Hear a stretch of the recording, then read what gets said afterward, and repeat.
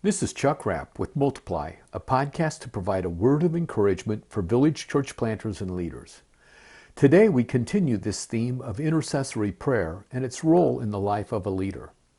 In our last episode, we concluded our series on the life and character of Daniel, and we now transition to Nehemiah.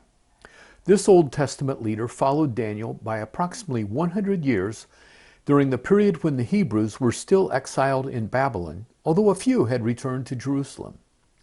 Nehemiah, like Daniel, made intercessory prayer on behalf of his people. When he heard the report about the situation in Jerusalem, we read the following in chapter 1, verses 4 through 7. Now when I heard these words, I sat down and wept and mourned for days. I was fasting and praying before the God of heaven.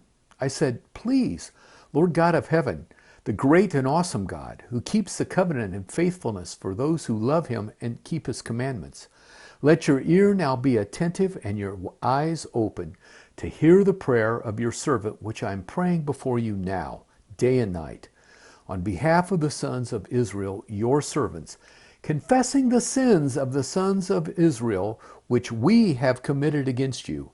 I and my father's house have sinned." Several important things stand out to me in this passage. He wept and mourned for days about the situation. It became very personal to him. He was fasting and praying before God. He was praying on behalf of the sons of Israel. He confessed the sins of the sons of Israel against God. And he also confessed, "I and my father's house have sinned." You see, Nehemiah did not merely pray for the forgiveness of their sins.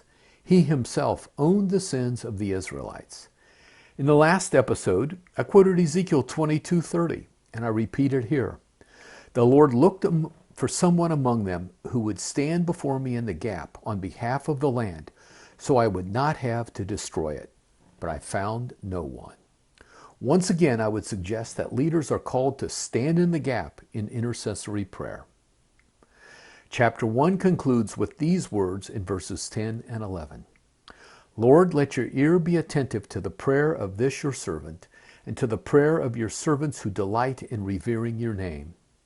Give your servant success today by granting him favor in the presence of this man. I was cupbearer to the king."